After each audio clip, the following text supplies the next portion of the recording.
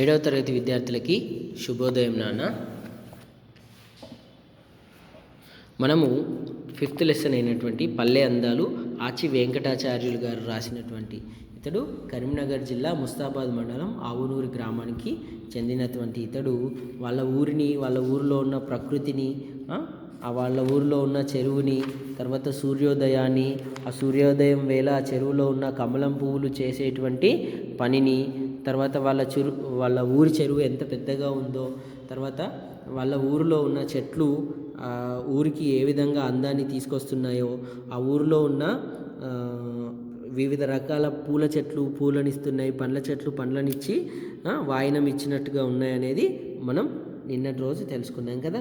అట్లాగే మావులున్నవి మధురములు మంచి నీటి బావులున్నవి, అందాలు పరిమళించు తావులున్నవి, పుణ్యాల ప్రోవులైన యావులున్నవి మాయూర నతిశయముగా అనేటువంటి ఈ పద్యం వరకు నిన్న నేర్చుకున్నాం కదా. ఈ పద్యాన్ని మారేడు నల్లనేరడు మామిడి రేగులు జామ నిమ్మలంజూరలనట్లు దాడీమల సోగ గులాబులు మల్లె మొల్ల గన్నేరులు దాసనల్ వెలసి నిచ్చలతన్ దమకార్తులందు నింపార పలాల పువ్వులను నంచెలవారిగా సంతరించి మాయూరి కుపాయనం బిడుచునుండును దంపతులట్లు నిత్యమున్.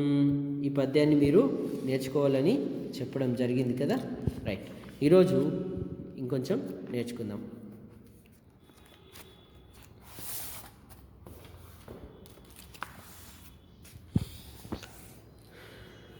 రైట్, ఈ పద్యం కూడా మనం నిన్న నేర్చుకున్నాం కదా. నేయుదురెన్నియేని కమనీయపు నాగరికంబరంబులన్ వేయుదురద్దకంబులతి వేల పురాతన చిత్రవర్ణముల్ సోయగమైన నేతపని సొంపుల నేర్పరులైన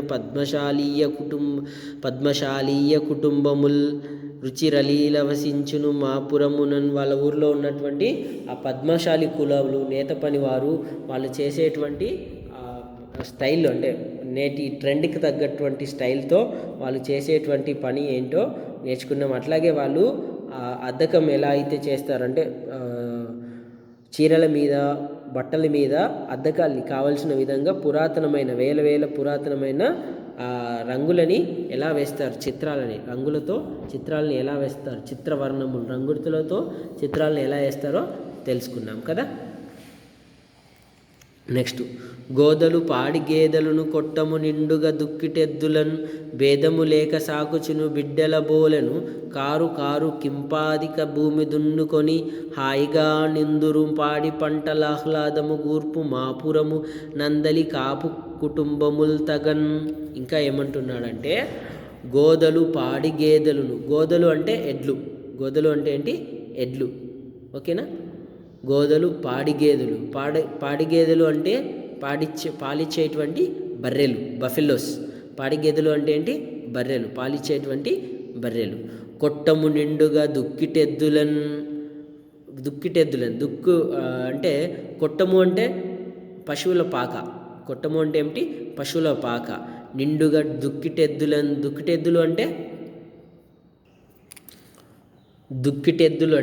దుక్కి దున్నడానికి ఎద్దులు ఉంటాయి కదా, ఆ ఎద్దులను భేదము లేక సాకుచును అంటే వాళ్ళు ఏం చేస్తారంట, వాళ్ళ ఊరిలో ఉన్నటువంటి రైతులు ఎవరైతే ఉన్నారో వాళ్ళు ఏం చేస్తారంట, పశువులని, పాలిచ్చే బర్రెలని కొట్టం నిండుగా పెట్టుకొని, ఎద్దులను కూడా, ఇవి ఎద్దులు వీటికి ఇవి ఎక్కువ పని చేస్తాయి కాబట్టి వీటికి ఎక్కువ గడ్డి ఇవ్వాలి, లేదా ఇవి పాలిస్తాయి కాబట్టి వీటికి ఇవ్వాలి అనేటువంటి ఇట్లాంటి ఇటువంటి భేదము లేక సాకుచును అంటే సాకడం అంటే వాటిని పోషించడం. వీటిని పాడి గేదెలను, ఎద్దులను అన్నింటినీ సమానంగా పోషిస్తున్నారని చెప్తున్నాడు. ఎటువంటి తేడాలు, భేదము లేక సాకుచును, ఎటువంటి తేడాలని చూపించట్లేదు. బిడ్డల బోలెను ఎట్లా సాకుచున్నారంట, మనల్ని చిన్నపిల్లల్ని తల్లిదండ్రులు ఏ విధంగా అయితే చూసుకుంటారో, అంటే జాగ్రత్తగా ఎలాగైతే చూసుకుంటారో, ఎలా అయితే పోషిస్తారో, అట్లా ఈ పాడి గేదెలని, గోదెలని, దుక్కిటెద్దులని వాళ్ళు చూసుకుంటున్నారట. కారు కింపాదిక, కారు అంటే కాలం. ఇప్పుడు మనం ఖరీఫ్ రబీ అంటాం కదా, అంటే ఖరీఫ్ రబీ అంటారు. ఇప్పుడు ఏమంటారు, పంటలు వేయడానికి సీజన్స్ ఉంటాయి కదా నాన్న, ఖరీఫ్ అని తర్వాత రబీ అని 2 సీజన్స్ ఉంటాయి కదా, వాటిని కారు అంటారు, ఓకేనా. కారు, కరీంనగర్ వైపు ఇటువైపు కార్లు అంటారు. కారు అంటే ఈ మన ఏమంటారు కాలం, కారు అంటే కాలం అన్నమాట. ఖరీఫ్ కాలము, తర్వాత రబీ కాలం అని ఉంటాయన్నమాట. కారు కారు కింపాదిగా భూమి దున్నికొని, కారు కారు కంటే ప్రతి పంట అయిపోయిన తర్వాత మళ్ళా నెమ్మదిగా భూమి దున్నుకొని, నింపాదిక అంటే కింపాదిక అంటే నెమ్మదిగా భూమిని దున్నుకొని హాయిగా నుందురు, హాయిగా ఉంటారంటే భూమిని దున్నుకొని ఆ పంటలు పండించుకొని హాయిగా ఉంటారంట. పాడి పంటల ఆహ్లాదము గూర్పు, ఇంకేముంటుంది పాడి పంటలు, పాడి అంటే పశువులు, ఆవులు గేదెలు ఇవన్నీ ఉంటాయి కదా, ఇవన్నీ పశువులు పాడి అంటారు. వాటిని పాలిచ్చే వాటిని పాడి అంటారు. పంటలు అంటే భూమిని చదును చేసి మనము పంటలు పండిస్తారు కదా రైతులు, అట్లా పాడి పంట ఆహ్లాదము గుర్పు. ఆహ్లాదము అంటే సంతోషం, గూర్పు అంటే తీసుకురావడం. ఆహ్లాదము గూర్పు మాపురము అంటే వాళ్ళ ఊరిలో ఏ విధంగా ఆహ్లాదం ఉంటుంది, ఈ పాడి పంటలతోని సంతోషంగా ఉంటుంది. మా పురము నందలి అంటే వాళ్ళ ఊరిలో ఉన్నటువంటి కాపు కుటుంబములు, కాపులు అంటే రైతులు. ఆ రైతు కుటుంబాలు ఏవైతే ఉన్నాయో వాళ్ళందరూ ఏం చేస్తారు, వాళ్ళ కొట్టాలలో పశువులను పెట్టుకుంటారు. అవి కొట్టం నిండుగా ఉంటాయి. వాటిని ఎటువంటి భేదం లేకుండా, ఎటువంటి తేడాలు లేకుండా తల్లిదండ్రులు పిల్లలను ఏ విధంగా చూసుకుంటారో ఆ విధంగా వాళ్ళు ఆ పంటలని చూసుకుంటున్నారు, ఆ పాడి పశువులని చూసుకుంటున్నారు. ప్రతి కాలంలోనూ వాళ్ళు భూమి దున్నుకొని హాయిగా పంటలు పండించుకుంటున్నారు. పాడి అంటే పాలని అమ్ముకొని, తర్వాత పాడి పంటలను అమ్ముకొని వాళ్ళు హాయిగా ఉంటున్నారు. ఎవరు? వాళ్ళ ఊరిలో ఉన్నటువంటి రైతు కుటుంబాలు ఏవైతే ఉన్నాయో వాళ్ళు.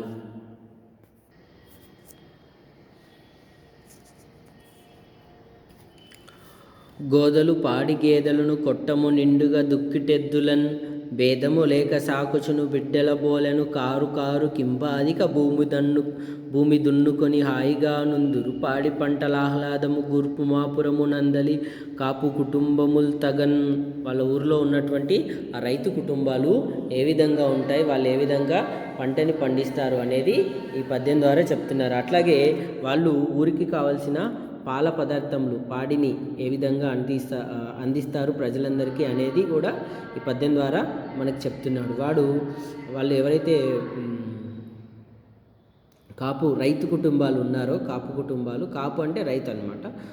ఆ రైతు కుటుంబాలు ఎవరైతే ఉన్నారో వాళ్ళు బర్రెలని, తర్వాత ఆవులని, పాలిచ్చే బర్రెలని, తర్వాత ఎద్దులని, వాటన్నింటిని కూడా వాళ్ళు తమ బిడ్డల వల్లే చూసుకుంటారు, పంట పండించుకుంటారు.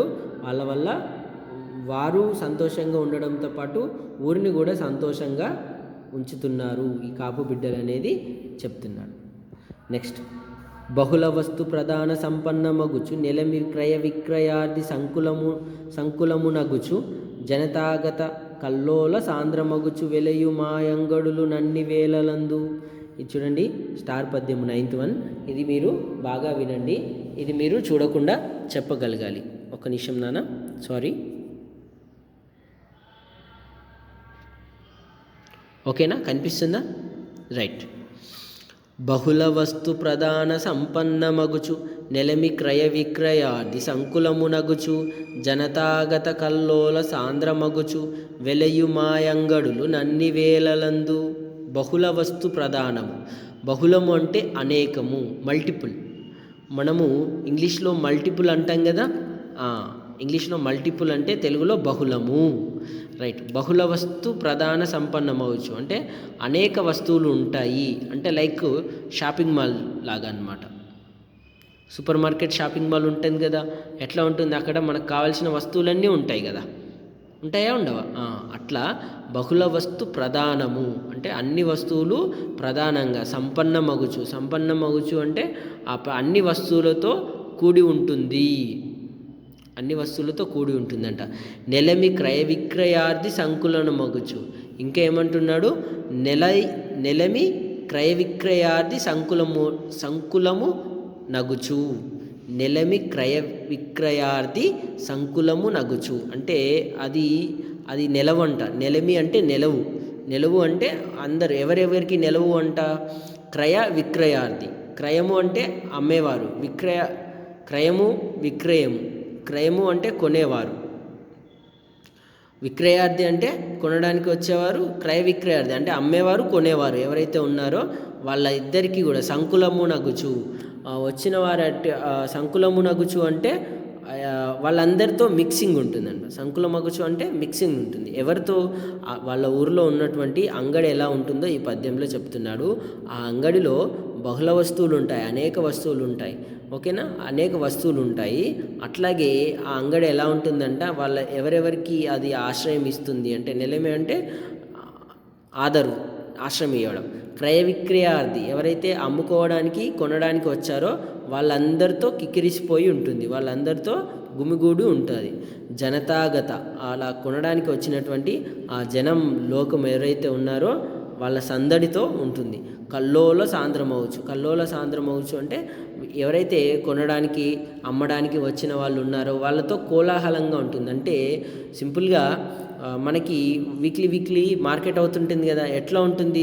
అనేక రకాల కూరగాయలు ఉంటాయి, అనేక రకాల మనుషులు అమ్మేవాళ్ళు ఉంటారు, కొనేవాళ్ళు ఉంటారు కదా.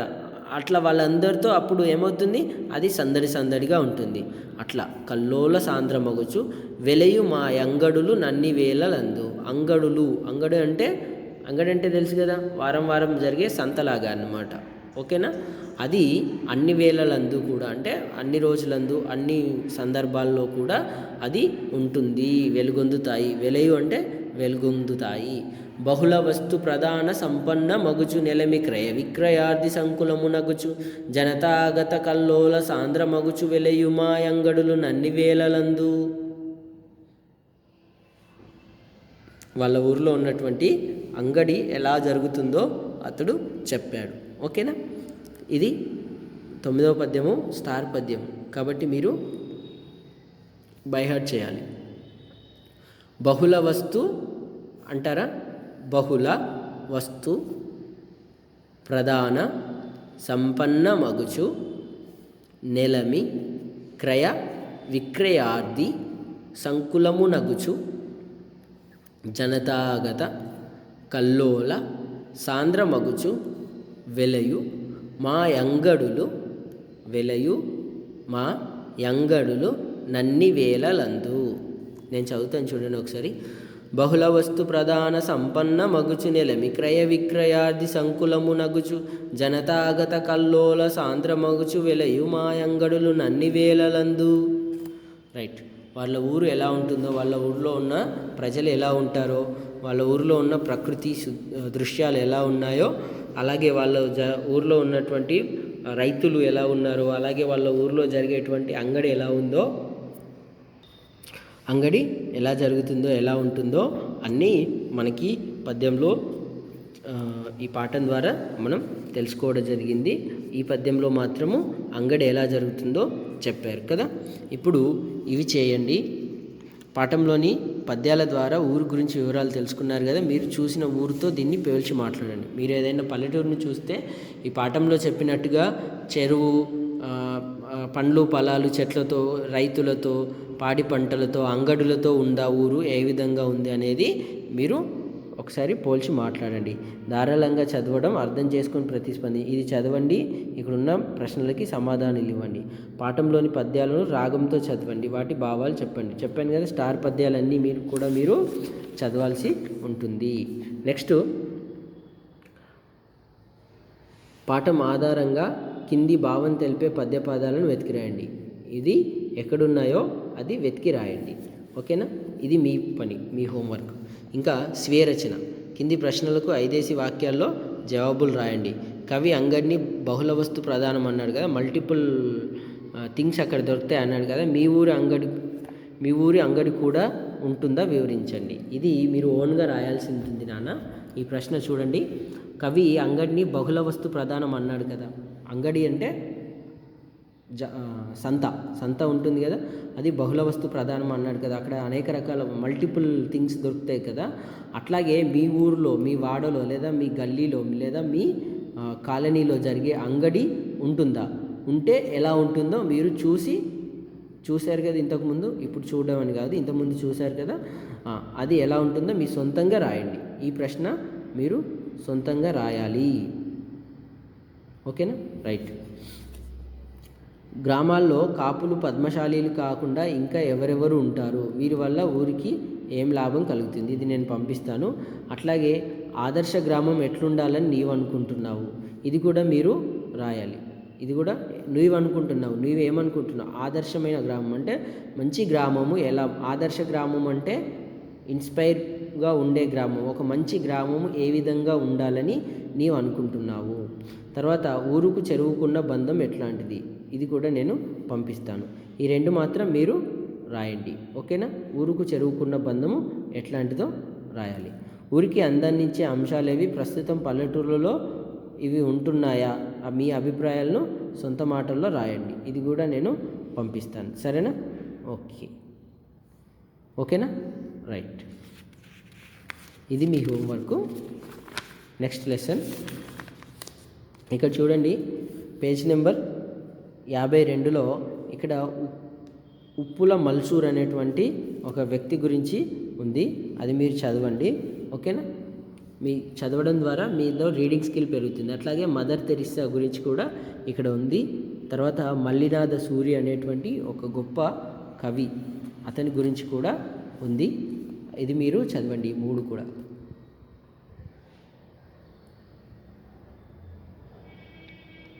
ఎందుకు చెప్తున్నాను? ఇక్కడ చూడండి, చదవండి తెలుసుకోండి అని ఉంది కాబట్టి మీరే చదివి వాళ్ళ గురించి తెలుసుకోవాలి. నెక్స్ట్ ప్రేరణ.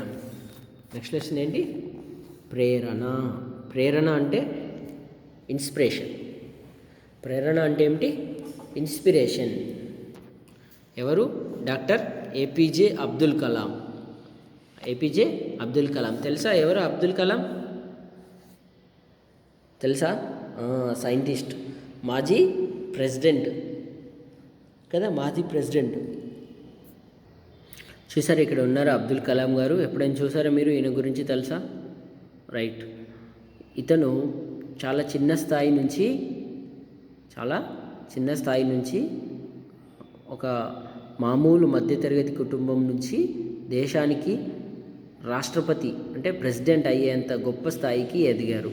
అలాగే సైన్స్ రంగంలో అంటే క్షిపణుల రంగంలో, రక్షణ రంగంలో, సైన్స్లో కూడా ఇతను గొప్ప సైంటిస్ట్, శాస్త్రవేత్తగా ఎదిగాడు. ఏ విధంగా ఎదిగాడో అది మనము ఈ ప్రేరణ పాఠం ద్వారా అబ్దుల్ కలాం గారి గురించి నేర్చుకుందాం. చదవండి, ఆలోచించి చెప్పండి. ప్రజ్ఞ చాలా తెలివి కలది. ఆమెకు శాస్త్రవేత్త కావాలని, శాస్త్రవేత్త అంటే సైంటిస్ట్ అమ్మ, బలమైన కోరిక ఉన్నది. ప్రతిదాన్ని పరిశీలన దృష్టితో చూస్తుంది. వైజ్ఞానిక ప్రదర్శనలో బహుమతులు కూడా గెలుచుకున్నది. శాస్త్రవేత్తలకు సంబంధించిన పుస్తకాలను చదువుతుంది. సందేహ నివృత్తికై ఉపాధ్యాయులను, పెద్దలను సంప్రదిస్తుంది. ఒకరోజు విజ్ఞాన శాస్త్ర కార్యక్రమంలో పాల్గొనడానికి వారి గ్రామానికి ఒక శాస్త్రవేత్త రాగా ప్రజ్ఞ వెళ్ళి కలుసుకున్నది. ఓకేనా? ప్రజ్ఞ అనే అమ్మాయి చాలా తెలివి కలది. ఆమె సైంటిస్ట్ కావాలి, శాస్త్రవేత్త కావాలని అనుకుంటుంది. ఆమెకి ప్రతిదాన్ని ప్రజ్ఞకు ప్రతిదాన్ని పరిశీలన దృష్టితో చూడడం అలవాటు. ఆమె సైన్స్ ఫేర్ అంటే సైన్స్ ఫేర్ ఉంటుంది కదా, దాంట్లో బహుమతులు కూడా గెలుచుకున్నది. శాస్త్రవేత్తలకు సంబంధించిన పుస్తకాలను చదువుతుంది. శాస్త్రవేత్తలకు సంబంధించినటువంటి పుస్తకాలని సందేహ నివృత్తికై ఉపాధ్యాయులను, పెద్దలను సంప్రదిస్తుంది. ఇది మీరు కూడా చేయవలసిన పని. మీకు వచ్చే సందేహాల గురించి సందేహాలంటే తెలుసు కదా, డౌట్స్. మీకు వచ్చే డౌట్స్ని మీరు ఉపాధ్యాయులని వీలైతే లేకపోతే మన ఇంట్లో ఉన్న పెద్దవాళ్ళని సంప్రదించి మనకు వచ్చే డౌట్స్ని క్లియర్ చేసుకోవాలి. ఒకరోజు విజ్ఞాన శాస్త్ర కార్యక్రమంలో పాల్గొనడానికి అంటే వాళ్ళ ఊర్లో ఉన్నటువంటి సైన్స్ ఫేర్లో పాల్గొనడానికి వారి గ్రామానికి ఒక శాస్త్రవేత్త వచ్చారంట. ప్రజ్ఞ వెళ్ళి కలుసుకున్నదంట. ఇక్కడ కొన్ని ప్రశ్నలు ఉన్నాయి, చూద్దాం.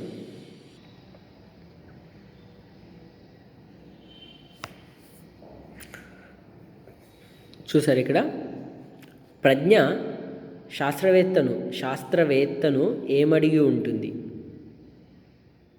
శాస్త్రవేత్త అంటే సైంటిస్టు ప్రజ్ఞకి ఏం చెప్పి ఉంటాడు? ప్రజ్ఞ శాస్త్రవేత్త కావాలనుకునేది కదా, మీరేం కావాలనుకుంటున్నారు? ఇందుకోసం మీరేం చేస్తారు? చెప్పండి. థర్డ్ వన్ చెప్పండి. ప్రజ్ఞ శాస్త్రవేత్తని ఏమడిగిందో ఆలోచించండి. ఏమడిగి ఉంటుంది? మీరు శాస్త్రవేత్త ఎలా అయ్యారు? మీకు చిన్నప్పటి నుంచి కోరిక ఉన్నదా? మీరు అవ్వాలని అనుకున్నారా? లేదా మీరు ఎట్లాంటి సవాళ్ళని ఎదుర్కొంటున్నారని అడిగి ఉంటుంది. అప్పుడు శాస్త్రవేత్త ప్రజ్ఞకి ఏం చెప్పి ఉంటాడు? అవును, నాకు చిన్నప్పటి నుంచి శాస్త్రవేత్త కావాలనేది చాలా ఇష్టము, నేను చాలా ఇష్టంతో శాస్త్రవేత్త అయ్యాను అని చెప్పి ఉంటాడు. ప్రజ్ఞ శాస్త్రవేత్త కావాలనుకున్నది కదా, మరి మీరేం కావాలనుకుంటున్నారు? చెప్పండి. ఈ ప్రశ్న మీ సొంతంగా చెప్పండి.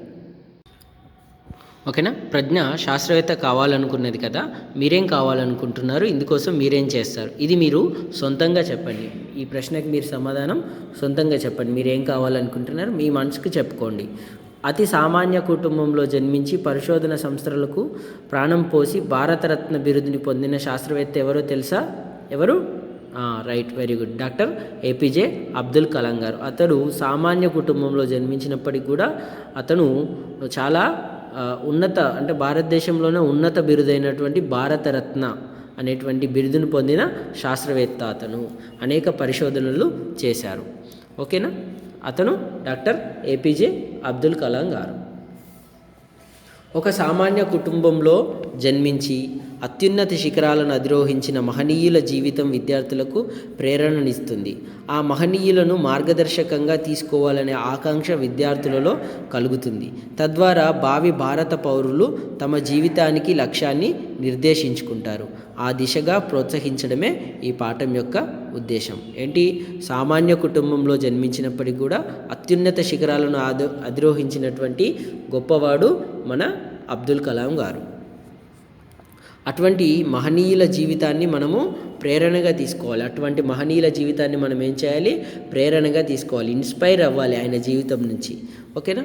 ఆ మహనీయులను మార్గదర్శకంగా తీసుకోవాలి. అటువంటి ఆకాంక్షని మనము విద్యార్థులలో కలుగచేయాలి. అటువంటి వారి గురించి తెలుసుకోవడం ద్వారా మనలో ఆ ఆకాంక్ష, కోరిక వస్తుంది. మనం దాన్ని స్ఫూర్తిగా తీసుకుంటాం. వారి జీవితాన్ని స్ఫూర్తిగా తీసుకొని మనము ముందుకెళ్తాం. తద్వారా భావి భారత పౌరులు, అంటే మీరు, మనం, పిల్లలందరము తమ జీవితానికి లక్ష్యాన్ని నిర్దేశించుకుంటారు. ఇట్లా సామాన్య కుటుంబంలో పుట్టినప్పటికీ కూడా గొప్పవాళ్ళం అవ్వాలనేటువంటి లక్ష్యాలని మనము నిర్దేశించుకుంటాం. ఆ విధంగా ప్రోత్సహించడం ఇప్పుడు మనం చదువుకునే ఈ ప్రేరణ పాఠ్యం యొక్క ముఖ్య ఉద్దేశం అన్నమాట. ఓకేనా? పాఠ్యభాగ వివరాలు. ఈ పాఠం ఆత్మకథ ప్రక్రియకు చెందినది. ఆత్మకథ, ఆటోబయోగ్రఫీ అంటాం కదా, ఆ ప్రక్రియకు చెందినది. ప్రక్రియ అంటే తెలుసు కదా, పద్ధతి. ఓకేనా? చెప్పుకుంటూ వస్తున్నాం మనం ప్రక్రియ అంటే ఏమిటి. ఒక వ్యక్తి తన జీవిత విశేషాలని తానే గ్రంథస్థం చేసుకుంటే అది ఆత్మకథ.